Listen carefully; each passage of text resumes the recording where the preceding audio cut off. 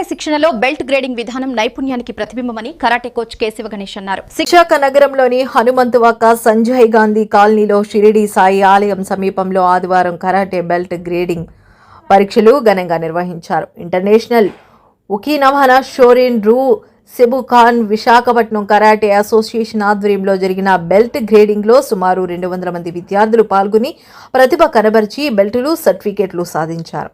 ఈ కార్యక్రమానికి టీడీపీ రాష్ట్ర ఆర్గనైజింగ్ సెక్రటరీ, మాజీ కార్పొరేటర్ ఉమ్మి Sanyasa Rao, Visakha parliament SC cell అధ్యక్షుడు బుడుమూరి గోవిందు, పోలమాంబ ఆలయ అధ్యక్షుడు ఉమ్మి రాజు అతిథులుగా హాజరై ఉత్తీర్ణులైన విద్యార్థులకు బెల్టులు, సర్టిఫికెట్లు అందజేశారు.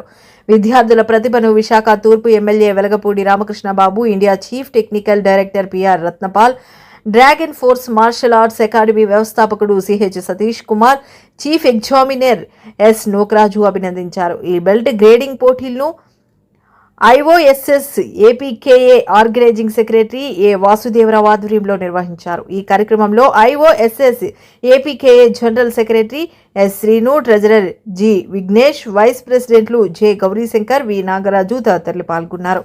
ఈ సందర్భంగా అసోసియేషన్ అధ్యక్షుడు, చీఫ్ ఇన్స్పెక్టర్ కె శివగణేష్ మాట్లాడుతూ కరాటే విద్య శారీరక దృఢత్వంతో పాటు క్రమశిక్షణను పెంపొందించడంలో కీలక పాత్ర పోషిస్తుందని తెలిపారు.